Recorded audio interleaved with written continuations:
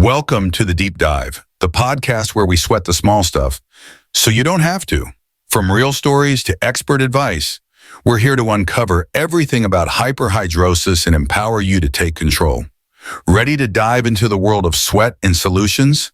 Let's make a splash. Hey there, welcome back for another deep dive. Today we're getting into something. Well, it's surprisingly common, but not often talked about. Hyperhidrosis. And we've got a stack of materials from Hyperhidrosis Awareness Kenya. They call it HAK for short. And let me tell you, these folks are doing some seriously impressive work. What's fascinating here is that we're not talking about a small niche issue. HAK estimates that a staggering 40% of the Kenyan population deals with sweat-related issues. That's almost half the country. Wow, 40%. That's way more widespread than I ever realized. You know, we toss around those phrases like, don't sweat it, all the time. But for people with hyperhidrosis, it's not so simple. Exactly. Their bodies are producing way more sweat than they need just to regulate temperature. And it's not just a physical discomfort. HAK's research points to the very real social stigma and the challenges in accessing proper treatment. Okay, so let's talk about HAK. Their slogan is sweat without shame, which I love. It seems like they're tackling this issue from multiple angles. They are. One of the first things that jumped out at me was their focus on awareness and education. They're partnering with schools, workplaces, and communities to get people talking about hyperhidrosis and destigmatize the condition. They've even taken on the Teacher Service Commission, advocating for teachers with hyperhidrosis who face discrimination and even dismissal because of their condition. That's a side of it I never considered. Imagine being a teacher, trying to do your job while battling excessive sweating. It's got to be incredibly stressful. Absolutely. And then on a more practical level, they've got this amazing resource called the Sweat Solution Hub. Ooh, tell me more about that. Is that where the treatments come in? It is. Think clinical strength antiperspirants, iontophoresis machines, which use a mild electrical current to reduce sweating, even access to dermatologists for specialized care. It's pretty remarkable, the range of solutions they're offering. So it sounds like they're addressing both the awareness gap and the lack of access to treatment. What else stood out to you about their approach? Well, one thing that really impressed me is how they go beyond just the physical aspects of the condition. They've created a whole network of support groups and online platforms. They call it building a community of shared experiences, which I think is a really powerful way to describe it. Imagine feeling like you're the only one dealing with this, and then suddenly you find a whole community of people who understand what you're going through. That's got to be so validating and empowering, especially for people who have been struggling in silence. It sounds like HAK is really trying to create a holistic support system for those affected by hyperhidrosis. Absolutely.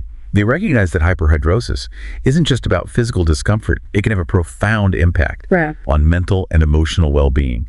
And it's not just talk. They're taking concrete steps to address these issues. They even advocate for policy changes to protect people with hyperhidrosis, for example. They're pushing for better accommodations during biometric identification processes, which can be incredibly challenging for those with sweaty palms or faces. That's so important. It's those everyday situations that most people wouldn't even think twice about. That can be huge hurdles for someone with hyperhidrosis. Okay, so we've talked about awareness, treatment, and support, but I'm curious to dive deeper into their sweat diagnosis unit, or SDU. It sounds like they've got a very specific system for figuring out the best treatment for each person. They do. The SDU is all about personalized care. They have this 3-level approach that starts with a thorough assessment to determine the severity and location of the sweating. 3 levels. Okay. I'm intrigued. Walk me through how that works. So level 1 is all about topical solutions. Think about creams, antiperspirants, things you apply directly to the skin. But here's where it gets interesting.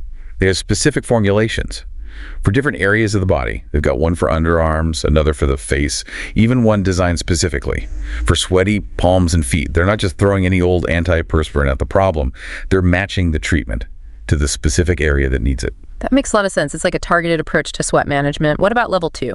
Level 2 is where they bring in the medical solutions. This might involve procedures like iontophoresis, which we mentioned earlier, or even mirror dry, which uses microwave energy to target and destroy sweat glands for more long-term relief. Okay. Now we're getting into some high-tech solutions. That's pretty amazing. What about level 3? What happens there? Level 3 is called protocol dynamics. And it's It's a bit more mysterious, to be honest. The materials we have are a little vague on this one, but it seems like it involves more complex or individualized treatment strategies, perhaps combining different approaches or addressing underlying medical conditions. Ooh, a little bit of a cliffhanger, maybe something for our listeners to investigate further.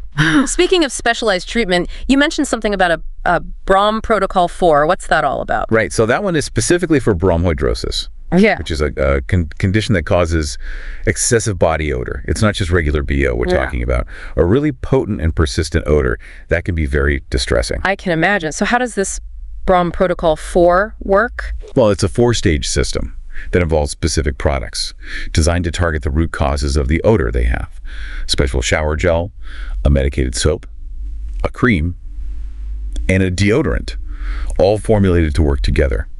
What's really interesting is that they even provide fragrance advice as part of the treatment, recommending scents that can help mask the odor while the other products are doing their work. It's incredible how much thought and detail goes into each of these protocols. It sounds like HYK is really committed to finding solutions that work for each individual, not just throwing generic treatments at the problem. Exactly. And speaking of going above and beyond, that brings us to another really remarkable aspect of HYK's work, their focus on mental health. Yes, the mental health zone, right? That really stood out to me too. Tell me more about that. Well, they've created this whole department dedicated to addressing the psychological impact of hyperhidrosis. They offer counseling, therapy, and support groups, recognizing that the emotional toll of this condition can be just as debilitating as the physical symptoms. It's amazing to me how often we overlook the mental and emotional impact of physical conditions. We tend to focus on the outward symptoms, but what's going on internally can be just as significant. Absolutely. And with hyperhidrosis,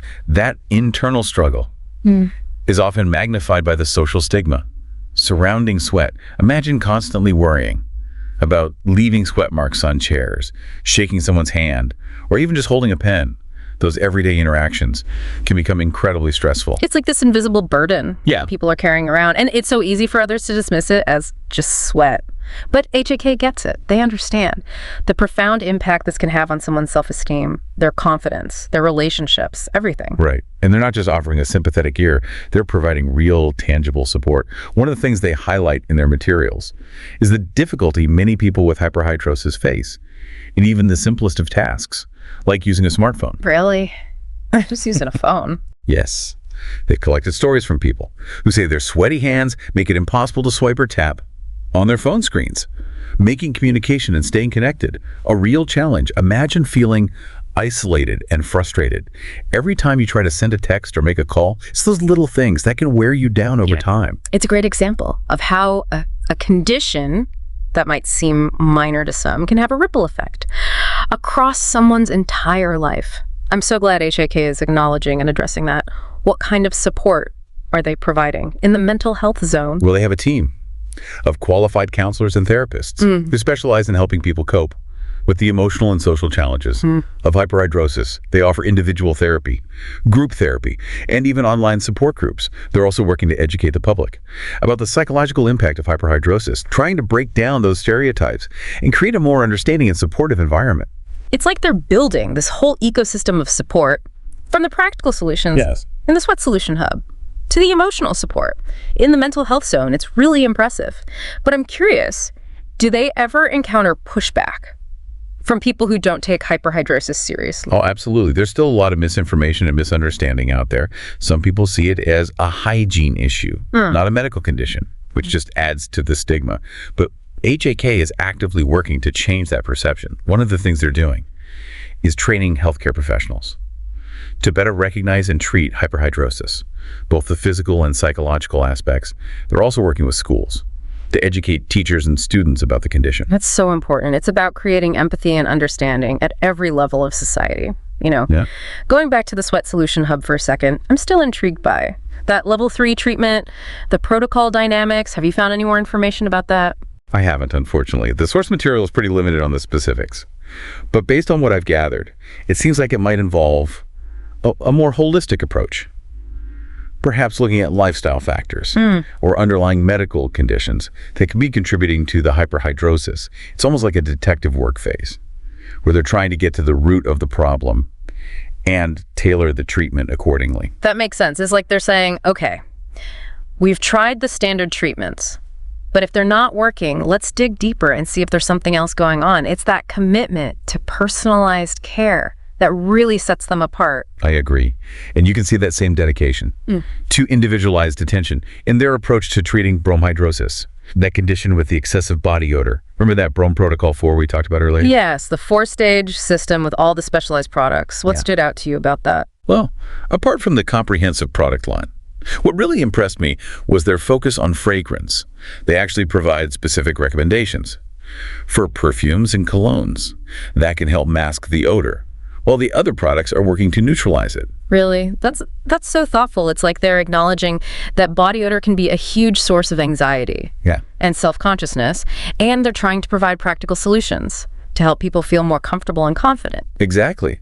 And it speaks to their understanding that treating hyperhidrosis isn't just about stopping the sweat, it's about improving people's quality of life in every way possible. Okay, so we've talked about the Sweat Solution Hub, the mental health zone, and there's specialized treatment protocols. What else has grabbed your attention as you've been digging through these materials? Honestly, the sheer creativity of this organization is remarkable. Have you seen their concept factory? The concept factory, no. Tell me more. It's the department responsible for all of their communication and outreach efforts. They're the ones behind those eye-catching visuals, the powerful videos, the engaging social media campaigns. They even produce a monthly magazine called #Sweatuationship. Wait, #Sweatuationship. That's brilliant. Right. It's such a clever play on words, and it perfectly captures the spirit of community and shared experience that HAK is fostering. It sounds like they're using every tool in the communication toolbox to spread awareness, break down stigma, and connect with people who are struggling with hyperhidrosis. What kind of things are they featuring in their magazine? It's a mix of personal stories, expert advice, treatment updates, and even fashion tips for people with hyperhidrosis. They're addressing everything, from the practical challenges of dressing for excessive sweating to the emotional toll of dealing with social stigma. They're really trying to create a resource that's both informative and empowering. It's like they're saying, hey, we get it. We know what you're going through, and we're here to help you navigate this. It's such a positive and supportive message. It is. And they're not just targeting adults. They've also created a specialized clinic just for kids called the Playground Children's Clinic. That's adorable. I can only imagine how scary and confusing it must be for a child to be dealing with excessive sweating. What kind of services do they offer at the playground? Well, they have a team of healthcare professionals who are specially trained to work with children and understand the unique challenges of childhood hyperhidrosis. They offer a range of treatments, all delivered in a fun and playful environment to help kids feel more comfortable and at ease. It's so important to make these experiences as positive as possible for children, especially when they're dealing with something that can be so embarrassing and isolating. I love that they've created this dedicated space where kids can get the help they need without feeling ashamed or afraid. Me too. And speaking of creating welcoming spaces, one last thing I want to mention is the HTAC, H Kitchen Clinic. This one really caught my attention because it's such an unexpected approach to treating hyperhidrosis. The kitchen clinic. I'm picturing doctors in chef hats. What's going on over there? It's actually all about the connection between diet and sweat. They have professional nutritionists on staff who work with individuals to develop personalized meal plans that can help manage both hyperhidrosis and body odor. Wow. I never thought about diet as a potential factor in hyperhidrosis. That's fascinating. What kind of dietary advice do they give? It really depends on the individual, but they might recommend avoiding trigger foods like caffeine, spicy foods, or processed foods that can increase sweating. They might also suggest incorporating more sweat-reducing foods like fruits, vegetables, and animal brains. It makes you realize how interconnected our bodies are and how something as simple as changing what we eat can potentially have a positive impact on a condition like hyperhidrosis. Absolutely. And it highlights HAK's commitment to exploring every avenue, from traditional medical treatments to lifestyle changes, to find solutions that work for each individual. It really is remarkable the way they're weaving together traditional medicine, lifestyle modifications, and emotional support. It's like they've created this tapestry of care, and each thread is equally important. That's a great way to put it. And you can see that holistic approach reflected in every aspect of their work, from the Sweat Solution Hub to the playground to the concept factory. Speaking of the concept factory, one thing I keep coming back to is that name, #sweatuationship for their magazine. It's so catchy and memorable. It really is. It's clever. Yeah. But it also has this deeper meaning, highlighting the importance of connection and community for people with hyperhidrosis. Right. It's not just a medical condition, it's a shared experience. Right. And there's power in knowing you're not alone in this. But, as we've been talking about all these incredible initiatives, I've been wondering about the logistics. How does HAK fund all of this? It sounds like they're doing so much. That's a great question. And it's something that really struck me. As I was reading through their materials, HAK is primarily a nonprofit organization, and they rely heavily on donations and grants to keep their operations running. They've also received some funding from the Kenyan government. Yeah. But it's not enough to cover all of their expenses. They're really doing this on a shoestring budget. That's even more impressive. It speaks of their passion and dedication, but I imagine it also creates challenges. Absolutely. In their annual report, they talk about the constant struggle to secure funding, especially for their more innovative programs, like the Kitchen Clinic. And they highlight the fact that many people in Kenya simply can't afford the cost of treatment, even with subsidies. That's heartbreaking. It underscores the need for more awareness and support, both within Kenya and internationally. I agree. HAK is doing amazing work, but they can't do it alone. They need more resources, more partnerships, and more people advocating for change. Well, hopefully by shining a light on their work, we can help raise awareness and inspire others to get involved. It's clear that they're making a real difference in the lives of so many people. They are. And they're a great example of how a small group of passionate individuals can create meaningful change, even in the face of incredible challenges. As we wrap up this deep dive, I keep thinking about that question we posed earlier. Could there be other lifestyle factors beyond what's typically discussed that influence hyperhidrosis? It's definitely something worth exploring further. HAK's focus on personalized treatment and their exploration of the diet-sweat connection suggests that there might be more to the story than we currently understand. Right. And it makes me wonder what other conditions or challenges could benefit from this kind of holistic, outside-the-box thinking. That's a great question. To leave our listeners with, I hope this deep dive has sparked some curiosity and inspired some new ideas. There's so much potential for innovation and progress in the healthcare space, and organizations like HAK are leading the way. Well said. Thanks for joining me on this fascinating journey into the world of hyperhidrosis and the incredible work of Hyperhidrosis Awareness Kenya. It's been an eye-opening experience, and I encourage everyone listening to check out HAK's website and learn more about how they can get involved. Until next time, stay curious and keep those minds engaged. You've been listening to The Deep Dive, because understanding sweat is the first step to thriving. Remember to subscribe, share, and connect with us on Hyperhidrosis Awareness Kenya socials. Together, we can stay cool, confident, and unstoppable. Until next time, keep shining. No sweat.